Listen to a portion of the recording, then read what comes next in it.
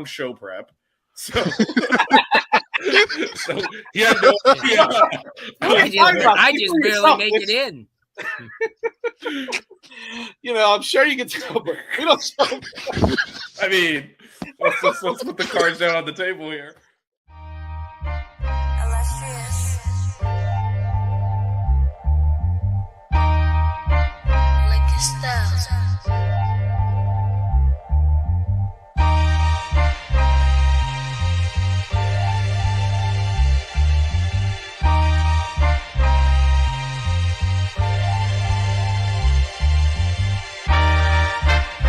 Miami Hurricanes, yeah. You know the name already. It's Mercy, ha ha. It's a 6-Ring Kane show. Can't forget the name, yo. Got Jazz, Blue, Vision, DJ, break the game code. Ain't no changing them, ain't no breaking them. Real Portland live from the Hard Rock Stadium. Ball 14 for the orange and green. We see the 6-Ring champs. It's more than a dream. This is life on the field. Beyond 100 yards, a hurricane that's never still put a damage to your squad. The 6-Ring Kane show. The 6-Ring Kane show. The 6 Rings Kane show. You know.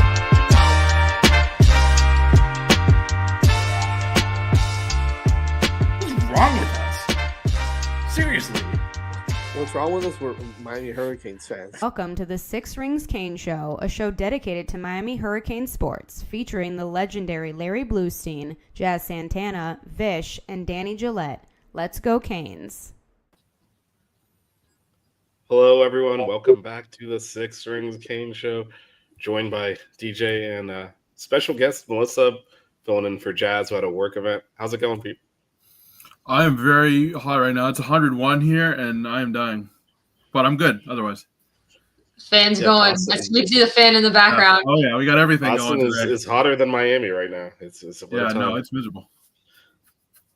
And I am on the other end of the world. So it's 6 a.m. where Vish is in India.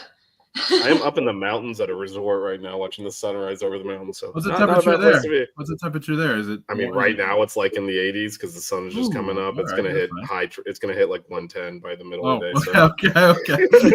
Right now it's nice. I'm in South Miami, and I am still enjoying the back-to-back Stanley Cup champions. Let's go Pats!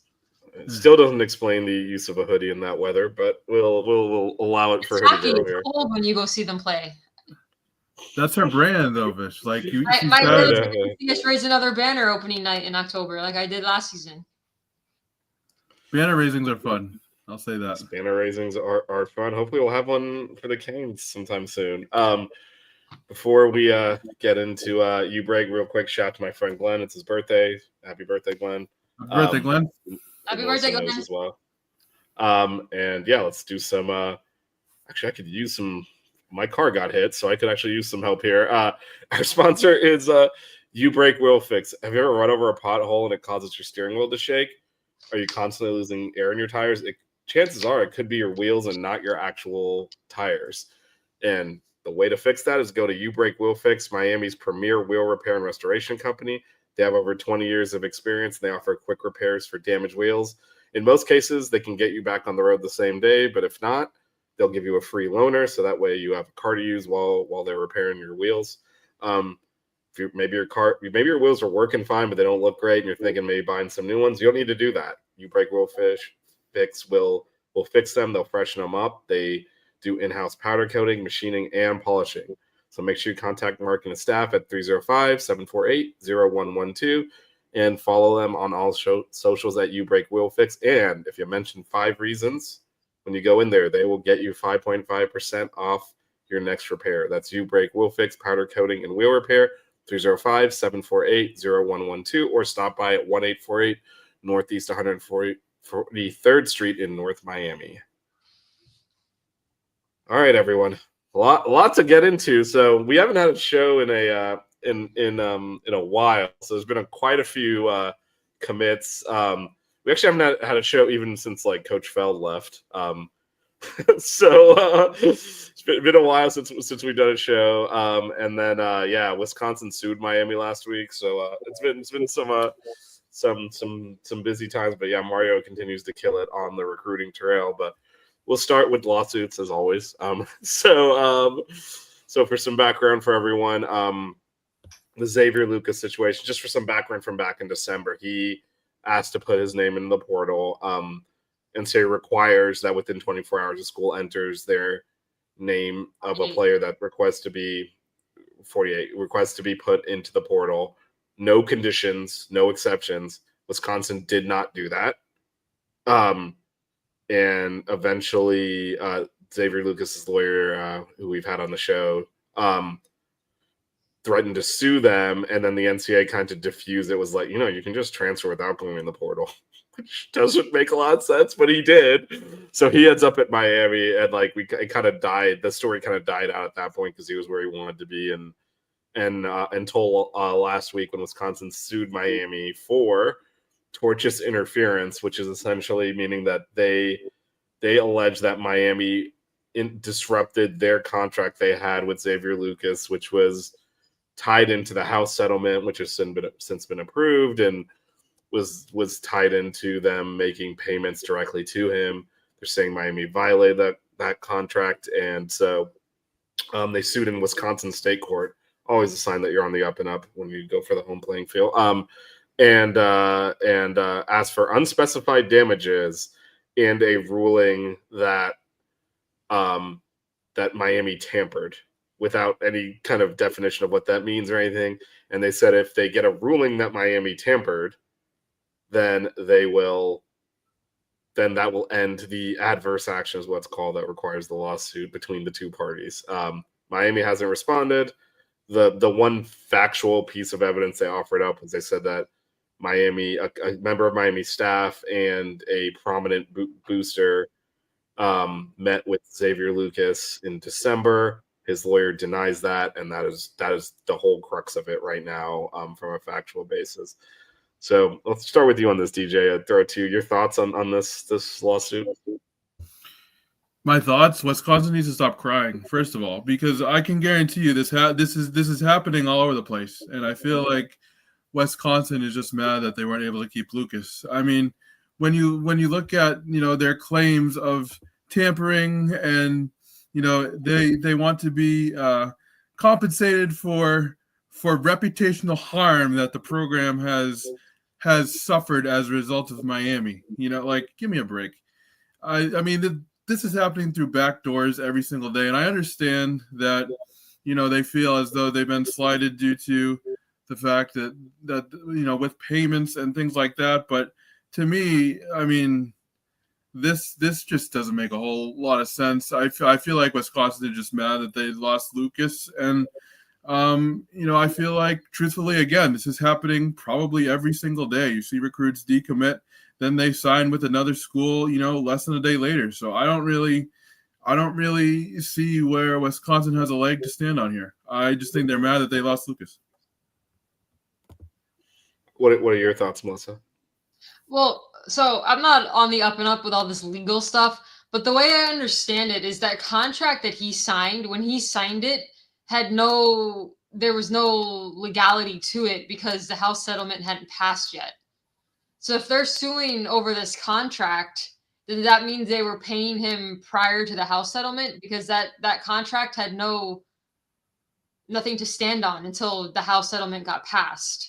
So it's more so of, can they prove that Miami tampered, which everyone's freaking tampering? And then also, now where's the pushback on Wisconsin not doing their job by putting his name in the transfer portal like they were supposed to within 48 hours?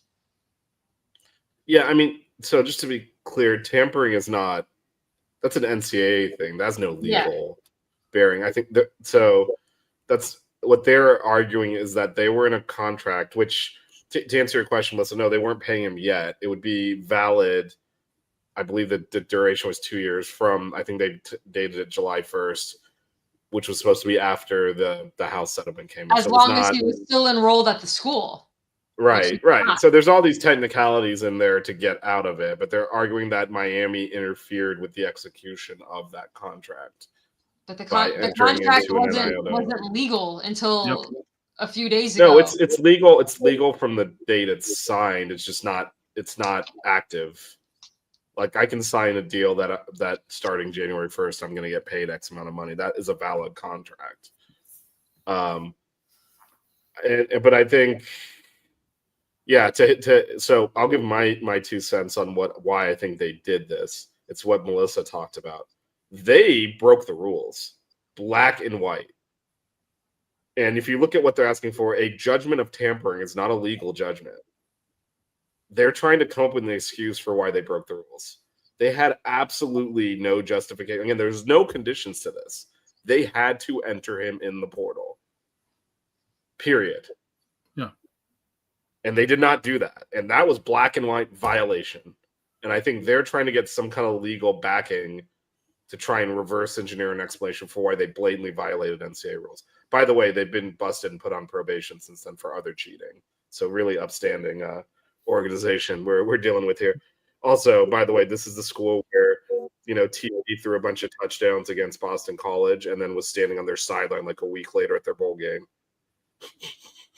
Well, fans are already not happy with that's Luke why they're Fickell not tampering initiative here. So go ahead, yeah, DJ. Fans are already not happy with Luke Fickell, and he's kind of underperformed based on what they thought he was going to at Wisconsin. So everything is trending downwards for the Badgers right now. Is Wisconsin trying to save face, and this lawsuit is just them trying to? I think they're trying to avoid getting further. Look, they've already been busted by the NCAA. This is not even like a gray area. He asked to be put in the portal. They did not do that. You don't get an option. Like this is so like I think they're trying to get some kind of. And if you look at what they asked for, they're looking for a declarative judgment. Basically saying we need a piece of paper from court saying that Miami tampered because they're somehow thinking that they can use that as a defense for not following NCAA rules, which, by the way, is still not a defense. Still not a defense, but I think they're trying to reverse engineer a justification for why they broke the rules. I think they're embarrassed, too, because Lucas found a loophole in the NCAA where they were I don't even know that he found a loophole. I think we're not letting you transfer, and he's like, "F that! I'm just gonna withdraw and go enroll at Miami." Yeah, and I don't even know if that was a loophole. If that was just something the NCAA reverse engineered because his age came, so they didn't want to deal with it. They're like, "We're not dealing with this." Well, no, the NCAA said, "Oh, there's nothing we can do about that." Right, but I think that was their way of kind of trying to like sidestep it. But I guarantee you, half the NCAA has reported Wisconsin to the NCAA. You think it's not a Miami situation now? Every other school has I would say probably a majority of them have, because they all have these open lines of communication. A lot of what the stuff that they do, when you're like, is that legal or not? They ask the NCAA first, just like Xavier Lucas did here, where he, his lawyer's like, hey, is there a way around this? I say, yeah, you can just transfer. So he did. So a lot of times before they do, when the schools do things like, is that legal or not? A lot of times they already have a ruling from the NCAA. So the second Wisconsin broke the rules, every other school's like, do we have to enter these kids in the portal or not? So I guarantee the NCAA is getting a lot of heat to slap Wisconsin on the wrist, at the very least, for violating a black and white rule. There is no gray area. There is no, we think Miami's doing dirty stuff, so we're not going to let this happen rule. Because they didn't do anything to us. Everybody tampers. It's the reason why, like you said, TVD ended up on their sideline a week after playing at Boston College. Is the reason why Isaiah Horton transferred to Alabama like 12 hours after they said he was transferring. Like kids enter the portal with a no contact tag because these kids, that people have been tampering. Like, you want to go after Miami, you're gonna have to go after every single school because I'm guarantee you it's happening at every SEC school. Yeah, but it's even dumber than that because even if there was no tampering and we were the first school to ever do it, you still have no justification for not entering the kid in the portal. Yeah, exactly. Because you're restricting his freedom of movement because you think another school did something wrong.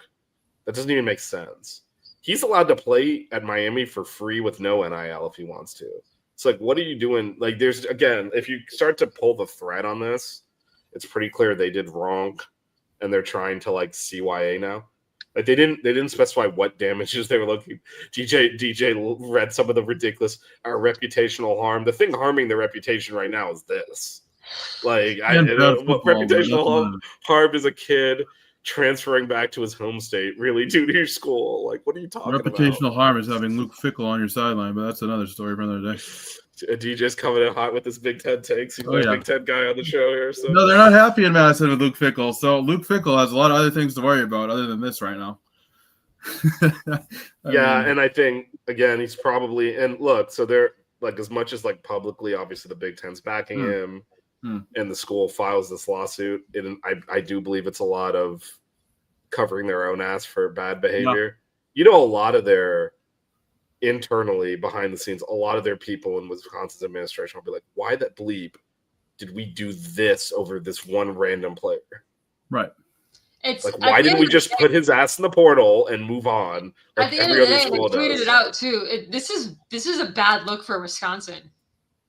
Like this FSU fan was going at me in my comments saying, "Oh, this is a bad look for Miami. They're not going to be able to join the Big Ten because of the tortuous whatever interference." And I'm like, "I'm not worried." He's like, "Oh, you should be." And I'm like, "Trust me, I'm not worried." I'm like, "This is a bad look for Wisconsin. This has nothing to do with any conference realignment. No conference is going to be like, oh, we don't want Miami because they supposedly tampered because everyone else freaking does it." The only school this is hurting is Wisconsin. And, you know, I'm not even sure it's going to hurt Wisconsin. It's going to be a part of everyday life soon enough, especially when you have to go through all these contracts. And, like, this is going to be an everyday occurrence in short order, in my opinion. I mean, sure, Wisconsin may take the hit now, but we're going to see a lot more of this very, very soon. No, I'm just saying it's a bad look for Wisconsin. Oh, yeah, for sure. Why would a kid want to go there if they're going to hold them hostage if they decide they want to transfer? I mean, it was a bad look for Wisconsin the minute the clock struck 48 hours and they still hadn't put Xavier Lucas's name in the portal. And it should be pointed out, and I did mention this at the top, that the rationale that they are using, that they're using for approving the tampering, is in dispute by Lucas and his representatives, point blank, saying that is not true. So even on that basis of fact, so as of right now, if Miami doesn't go to the Big Ten because Wisconsin filed a frivolous lawsuit against them, oh well. Like, I mean, because that's what it looks like to be at this point. Oh well, we'll live. We'll enjoy our 70-degree Decembers and having all of the talent in our backyard, and Wisconsin can go back to being what they were before Barry Alvarez was there, which is as DJ's alluding to, appears to be where they're sliding back into being kind of a doormat in the Big Ten, which, you know, people don't remember when they made the Rose Bowl in the mid-'90s. It was like revolution, like, oh my God. Yeah. Oh my God, Wisconsin made the Rose Bowl, like, and then they were, you know, kind of above their level for a while now, but now you've added a bunch of California schools, you've added Oregon, there's more competition there, and enjoy. I'm not worried about Miami at all. And as H. Kane says, they're not going to hold up billion-dollar agreements with potential huge financial windfalls over Xavier Lucas's alleged tampering or not. Like, this is small potatoes.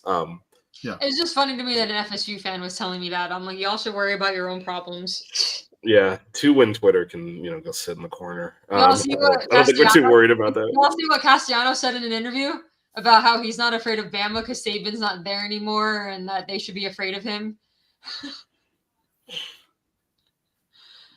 Well, I mean, you know, this isn't Saban's Bama, so I get where he's coming from, but he also didn't do too hot at the end of his Boston College tenure, so he has no room to talk either.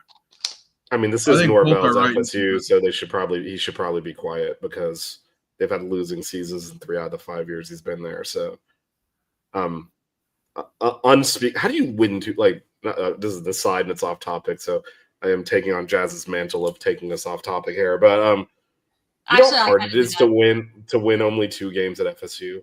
Like, you got to be all sorts of idiotic to do that. Yeah. Like, that's not even like, that is just like off the reservation bad. Like, so maybe you shut the hell up. You won 2 games, man. 2. I mean, he technically wasn't even there last year, so I know, but stop running your mouth. Like, read the room. 2 games. FSU players are never going to get everything in the room. They're not good at Me reading and Vish anything will be in except for that Tallahassee dude's. for the next Miami beat Except down for in that dude sitting in the crowd reading that book a couple of years ago in their previous like 4-win season when they lost to JV State. That guy was reading the room. Yeah. So despite this this hugely important lawsuit, that was a very serious lawsuit from Wisconsin, alleging infractions of a conversation allegedly happening in December, and then a South Florida kid deciding he wants to play in Miami. It's Yeah, more despite. It's more alleged than BK's burgers being flame broiled. I would kill for some beef right now. Anyway, am I gonna get deported out of this country for saying that? Anyway, let's see. So, despite that lawsuit apparently damaging Miami hugely, has not hurt the recruiting. Has not hurt the recruiting at all. So Mario has been cleaning up. It's been a while since we've done a show, so there's quite a backlog of recruits we haven't discussed yet, DJ, Melissa, and we got another one a few minutes before the show started. That's a 2027 recruit as well. So they keep coming in, but this is going to back up a bit. But let's start with our guy Tyson the Bacon out of mentioned Bama, went into Bama and got this kid, DJ, I'll start with you. He's a defensive lineman. This was a couple of weeks ago, actually. But again, we haven't done a show. So your thoughts on Tyson Bacon? Tyson Bacon's a really interesting player because he is not a traditional lineman in the sense that he can fill gaps and, stop the run. He can also rush the passer really well. And you're seeing this new kind of archetype, if you will, of defensive linemen that are just pure pass rushers versus your traditional run stuffers. And Bacon is that athletic type of pass rusher. He's really good instinctively. He can, he fires off the ball as soon as it's snapped, and he can immediately find the ball carrier. So I think he could project as a really interesting player in the Miami defense. I think he's still a bit raw in his reaction time a little bit in terms of reading the play, but he's very good once he can read it at finding where the ball carrier is. To me, it seems like he could be sort of a, run stuffer with a little bit of pass rushing ability. And, Miami's done very well at recruiting pass rushers in the past. So, having, a defensive lineman that could also do that like Bacon is definitely a plus. So I think this was a really good get. His last name is Bacon. I mean, that's who I want stopping the run. Melissa, the famous Bacon lover over there. Bacon with the sack. I can hear it now. So as I mentioned, he's from Alabama, Bama's backyard, Auburn's backyard. Hoover is a historically famous powerhouse program. Melissa, how important is it for Mario to kind of expand now and start going? We're used to people coming into our backyard. Well, necessarily we're going to lose kids out of our backyard because there's more than we can take. But how important is it now that you see Mario kind of expanding now into the SEC country and pulling kids out of there?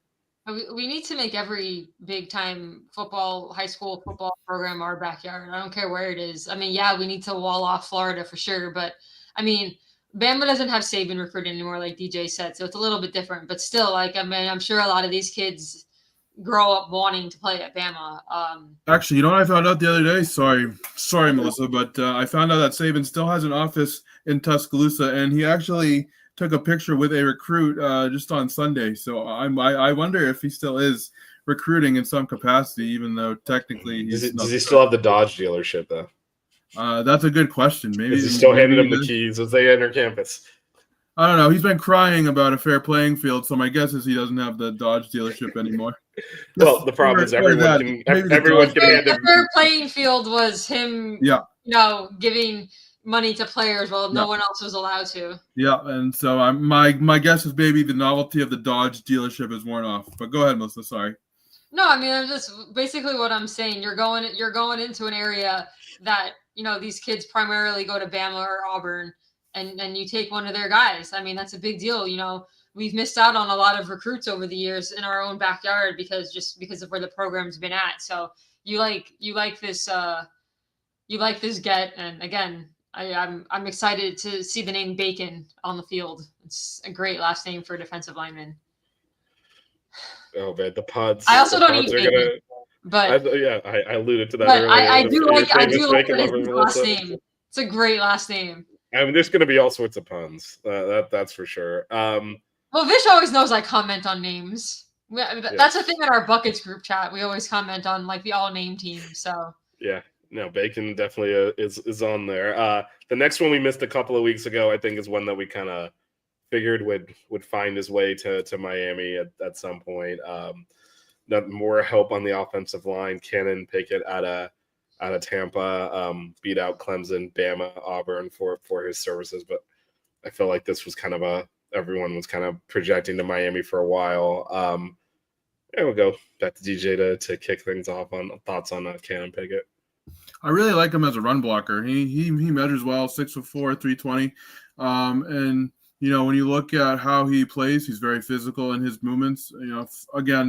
He fires off the football as soon as it snaps, extends his hands, and is able to drive his man back, creates lanes for the running back. So I really like him. I think 6'4", 320 is a great size for an offensive lineman. And again, he has that agility that offensive linemen are showing more and more these days, which can help in terms of getting out for screen passes and blocking upfield and things like that.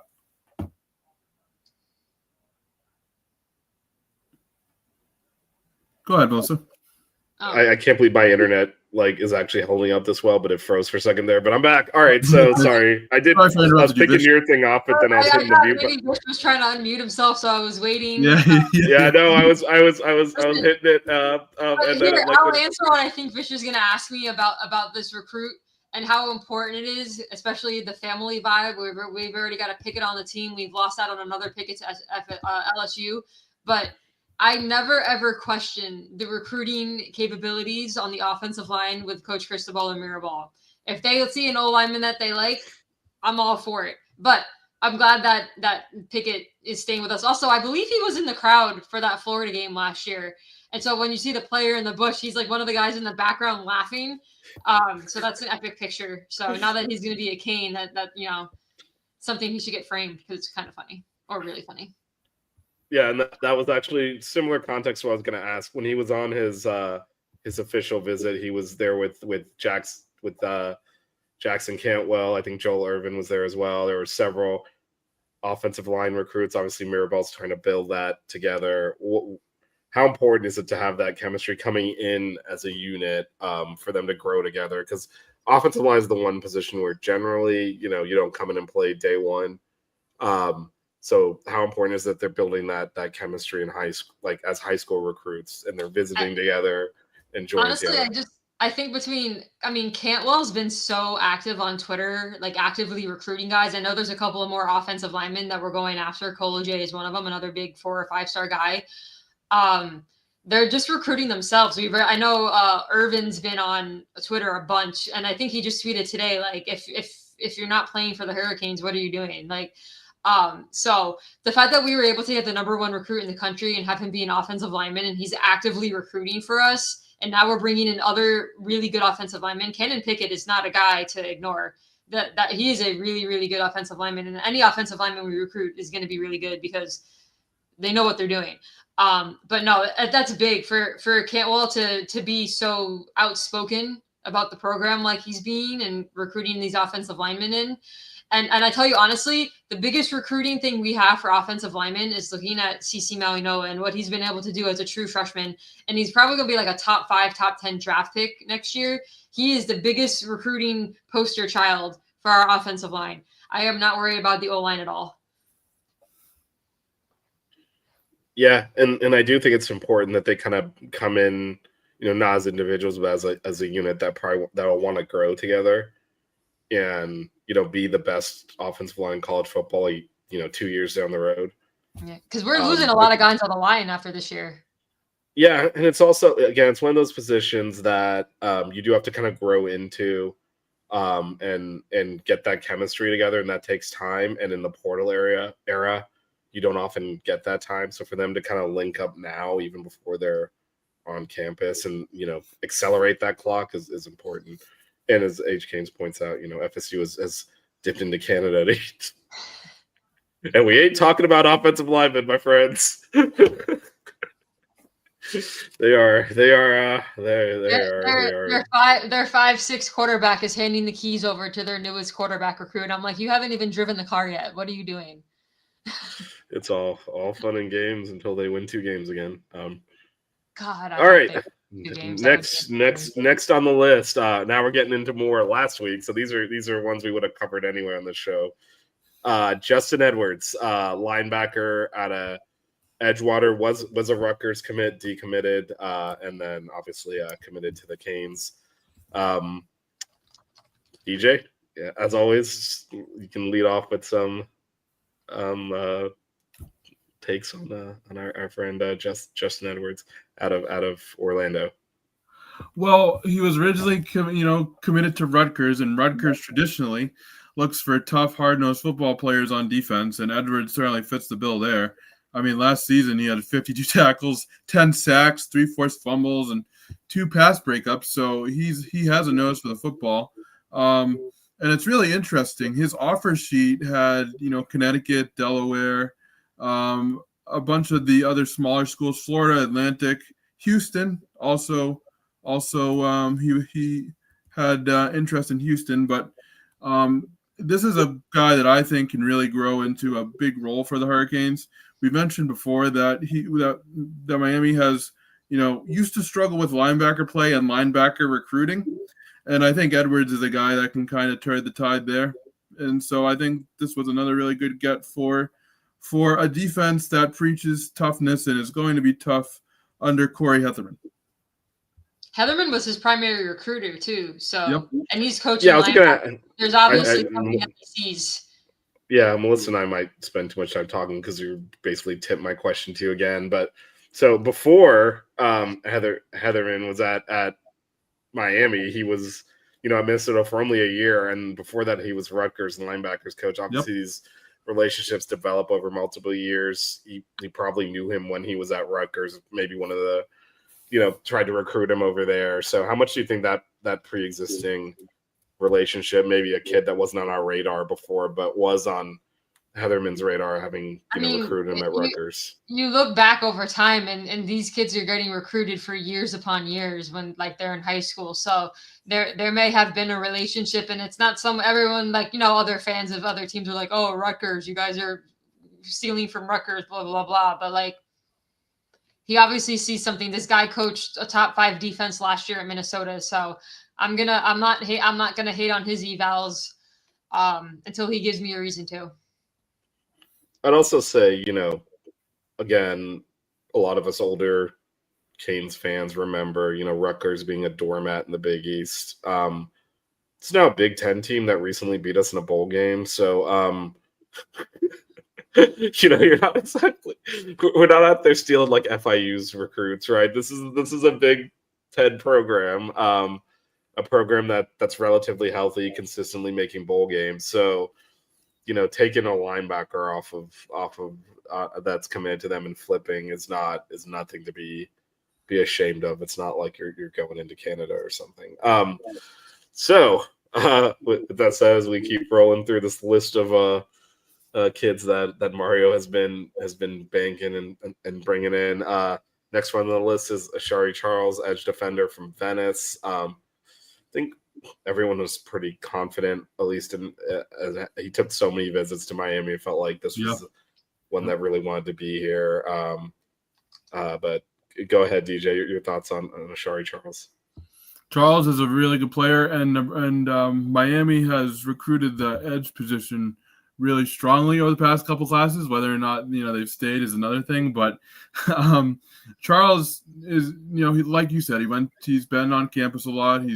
He's visited Miami a lot, and I think he's a really explosive player. And when you look at the edge position itself and how much it's been valued as an individual position over let's put him as a pass rusher and XYZ and things like that, the edge rusher position itself has taken on a whole new meaning. And Charles is extremely athletic. He can get to the quarterback, and he can create pressure. And so I think, when you look at, again, Heatherman's defense and you look at toughness, you look at physicality, you look at, sound football, Charles fits the bill there.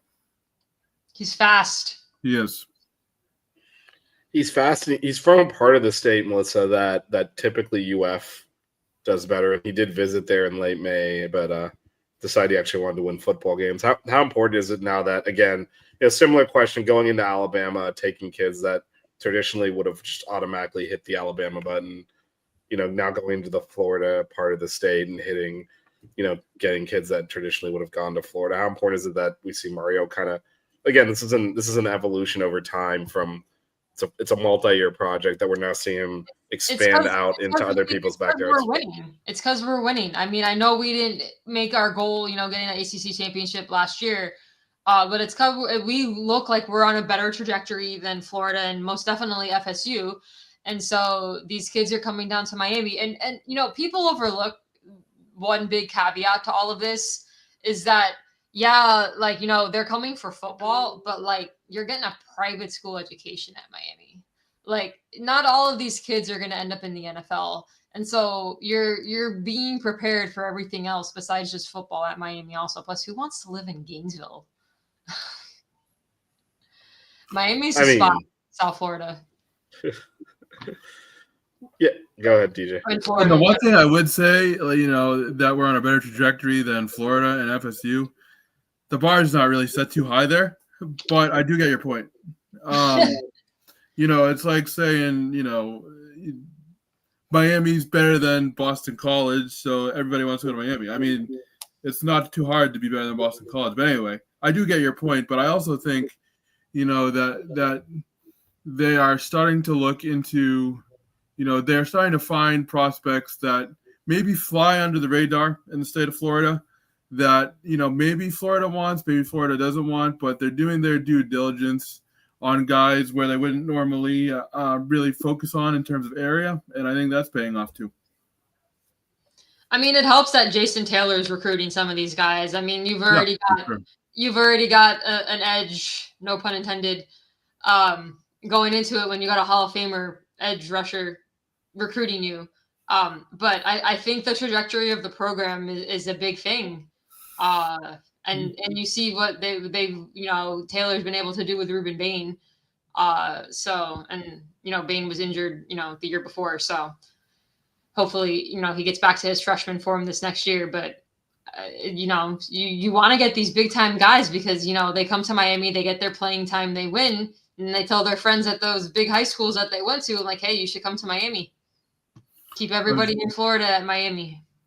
I was going to say maybe freshman year, Ruben Bain would have been a better comparison. But again, I get he was injured last year, so yeah. I'm not too concerned and about the whole that. defensive line was terrible last year, too. That's not just Ruben Bain. I mean, the defense in general was. Yeah. There's reasons several coaching staff changes were made, and that Jason Taylor is the only one that is still here from last year's staff on the defensive side of the ball. I do think it's also important just to establish, those networks into areas of the state that you're not traditionally in, because obviously Ashari Charles, I think we're all excited about him. As most say, speed. He's an edge rusher. He's going to be disruptive, and that's what Heatherman wants to do in terms of a playmaking defense. So I think he fits what we're going to do really well.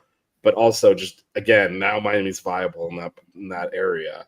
The next kid, the 4-star, the 5-star, down the road, that's a viable path to Miami. You don't, with exceptions, you don't parachute in having no presence in a community and pluck kids out of there. You got to build that over time. And, Mario spent years building these networks. So players like Ashari Charles are now, in their headspace. Miami's in their headspace. They're a viable option. And, that'll pay off, not just getting, high level recruits like Ashari Charles, but down the road as well. Speaking of which, so these two happen, God, what day is it for you guys? Today, question mark. Today for us. It might have been yesterday. So I think this happened yesterday for me, but today for you. But we flipped a kid from Georgia, wide receiver Vance Spafford. Actually visited Georgia a couple of weeks ago, and then came and committed to Miami as a flip. I think technically yesterday for me. He flipped without going on his OV because he was supposed to come for an OV, and then he was sick, so he didn't end up coming. Yeah, he knew what was up though. So all right, let's zig instead of zagging here. Melissa, what are your thoughts on Vance Spafford? I'm excited for him. He's a top 10 receiver in this class. I mean, anytime you flip someone from Georgia, it's a big deal. Georgia's obviously been a powerhouse the last few years. Um, Everything I've seen on him and read about him, he fits the slot type build as far as him being like 5'10", 5'11", 180. But like he can go vertical. He's fast. I think they clocked him at like a 4.35 40 most recently. So and he still has another year of high school, so who knows if he's gonna grow some more. But this is a fast kid, good hands. I think he averaged like 17 yards a catch. Over 1,000 yards his last season, 50 plus catches. So, I mean, this is a big pickup. Like I said, this is like a top 10 receiver in the class. So, great name, Vance. It's great. I love it. It's like, that's like villain name type thing, like superhero versus villain type thing. Love the name. Okay. DJ. Thoughts, and you don't have to comment on whatever the hell that superhero versus. Loving the names, Bacon, Vance. It's good stuff. I don't know how I can top that, but no. Well, go ahead, DJ. What I will say is that it's interesting that they flipped him from Georgia, given the fact that Georgia had a lot of success with Ladd McConkey, and you know, I feel like McConkey obviously is one of the best young receivers in football, and maybe Spafford would have, you know, kind of followed that, but instead he elected to go to Miami, who had success with Restrepo in their own right as a slot receiver. Hopefully X will have success at the NFL level as well, but it's really interesting how both Georgia and Miami honestly value their slot receiver positions. I mean, not to go professional and pro in New England, but, you know, New England valued a Julian Edelman, Wes Walker, as Miami did as well there too. So, you know, a slot receiver in terms of offensive scheme can make a big difference, and a really good one can completely change an offense. So I think this was a really good get for Miami. And look how we're stacking them up. I mean, you got Malachi Tony that just came in, and then you got Spafford right after him, and then you've got, you know, Luke Nickel, and then Darian Coleman, who I think is, you know, the back-to-back really good quarterbacks. I mean, you wonder if some of these recent recruits, I mean, I know Darian Coleman isn't recent, but some of the recent recruiting that we've done has kind of spurred some of these other receivers, because you got to remember Spafford's from California. So this isn't like a West Coast school that's flipping him from Georgia because maybe he wants to stay closer from home. He's going further away to come to Miami. And you wonder if some of these big time recruits, whether it's Charles or Cantwell or Pickett or whoever it may be, you know, is recruiting him to say, hey, you should come here. I know Darian Coleman's been very active in talking about Miami and coming to Miami and tweeting about it. So you got to wonder, you know, if that makes a difference. And maybe he doesn't, you know, want to get, you know, traffic tickets and stuff playing at Georgia. So, you know, come down here. If you can recruit a good quarterback, the weapons will follow. And, you know, I'm very happy with our quarterback recruiting with Nickel and then Coleman after. So I'm excited. And it also helps when you have a plan at the quarterback position and in the quarterback room, because then these recruits can see what their future may look like and the talent that these quarterbacks have, instead of just, you know, putting a hodgepodge of a quarterback room together like some programs do. Miami kind of has a set plan at quarterback, and so wide receiver recruits, offensive line recruits, running back recruits can plan accordingly. Vish, do you think that having Kevin Beard as the receivers coach and having played at Miami and being a successful wide receiver at Miami helps him sell the vision to these receivers? I would say the productivity probably sells more than that. I mean, it's not hard to sell Miami as a program, so I don't think you necessarily need to have played here to do that. But I think he's produced, you know, these guys are the stat lines that they're putting up. I mean, X is what the leading receiver in school history, like that at this school. That's a big thing, right? I mean, I think his results. I think that's what you're seeing across. When you touched on this earlier, Melissa, we're winning games now. Yeah, we didn't, you know, we blew it at the end of the season, but we're definitely a program that you're seeing that upward trajectory, and people want to get on now so they can get to the top. And all of that matters. You look at, again, who Mirabal puts in the NFL. You look at the productivity of Beard's receivers. That makes it very easy for them to not only to do two things, right? You talked about stacking this, loading up this wide receiver class. They know he'll spread the ball around. Like, they'll get the ball everywhere. because we have multiple guys. You know, it wasn't just let's throw to X on every play. There's multiple guys having standout careers at the same time. So you're not worried about a deep wide receiver room, meaning you're not going to get targets, because you will. And so I think all of that plays into it. And then it's an easy sell when you're producing, and he's producing. He's an excellent wide receiver coach. I think very underrated. When Dawson produces a number one offense, I mean, I know it was Cam Ward, but you hope that we can continue to produce quarterbacks like that. And you look at the offensive line that we've produced, top 5 offensive line, and you see the running back stable that we have. Like, why wouldn't you want to come here as a wide receiver? You're going to get touches.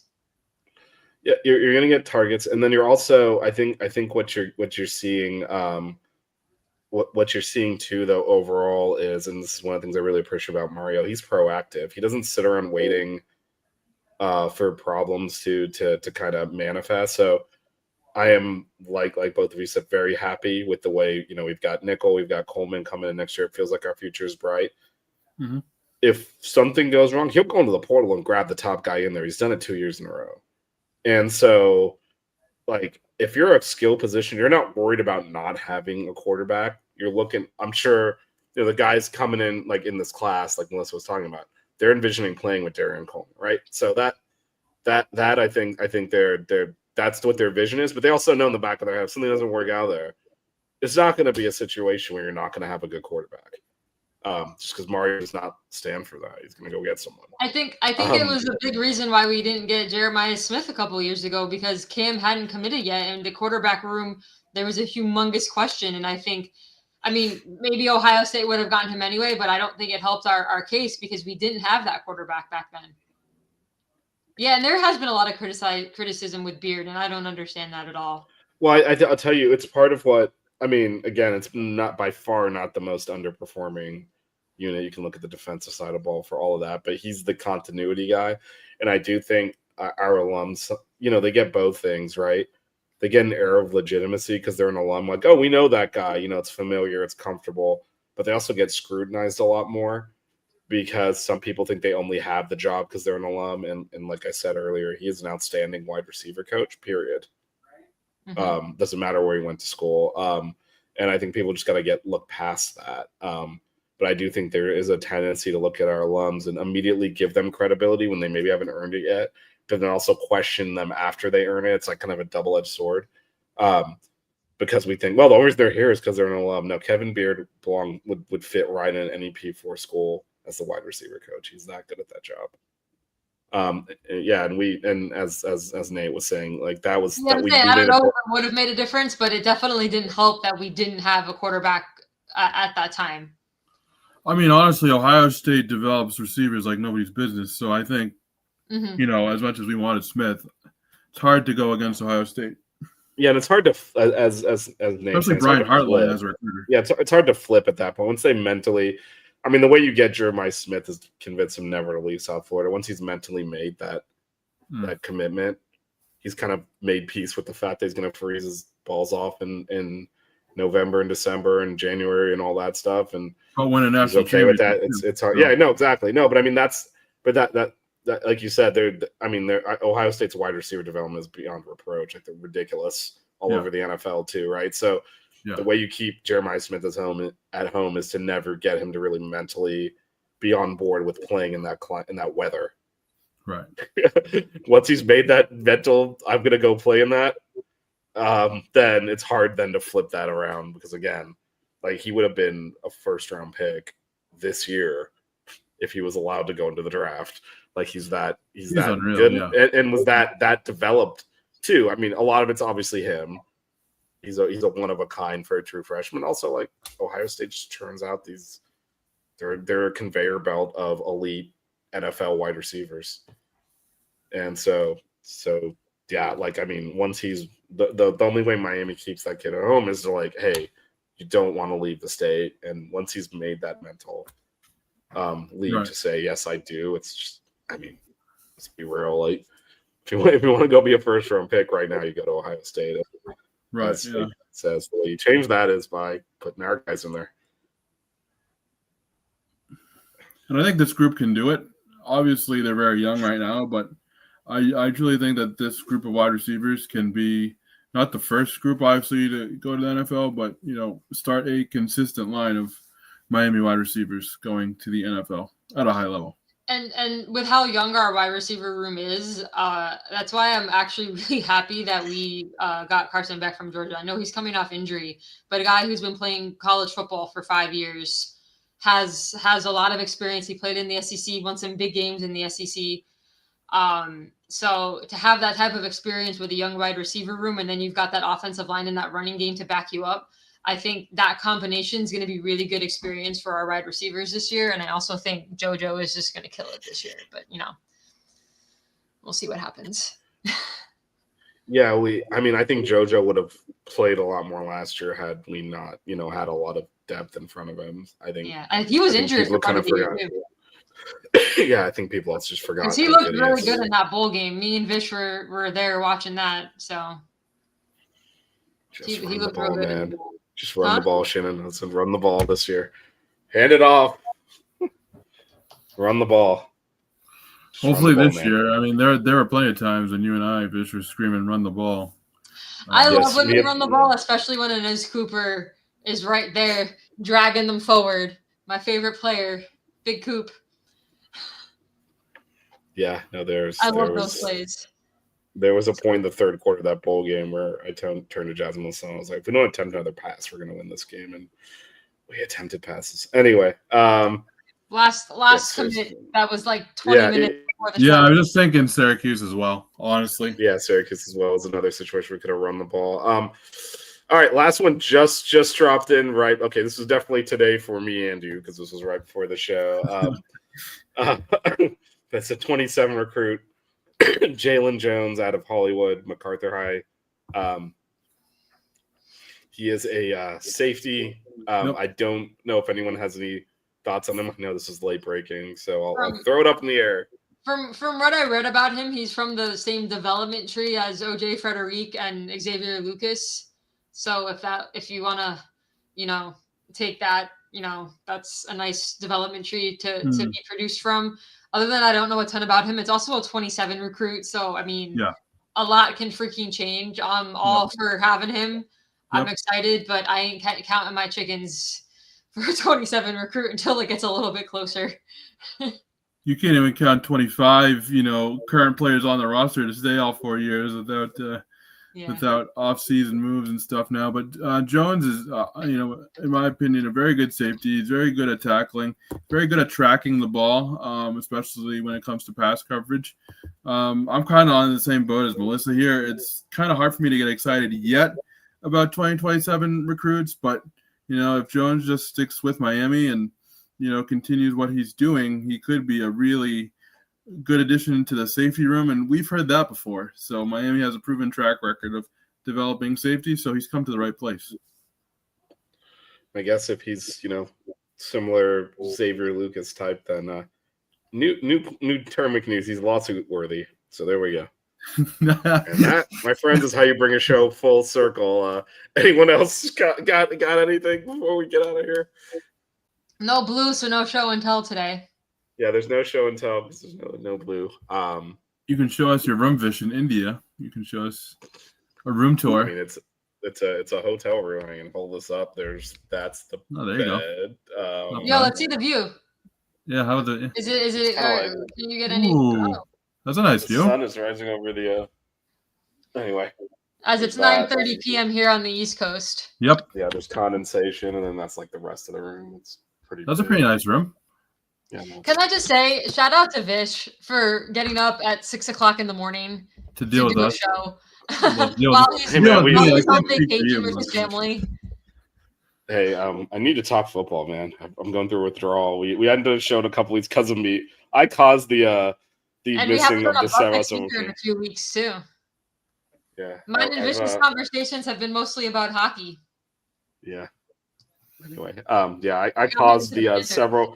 We've been off for several weeks on football, caused entirely by me going to Canes baseball, and then last week I got sick. Shout out to Melissa for curing my cough, but it would not have been pretty if I tried to do a show last week before flying across the world.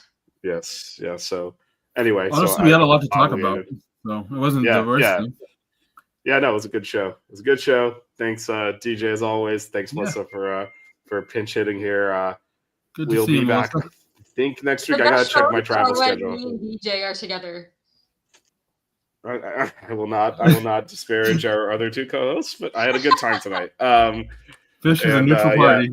Yes, I don't. I'm Switzerland on these things. I don't take sides. I love you all. I'm not taking yeah. any sides.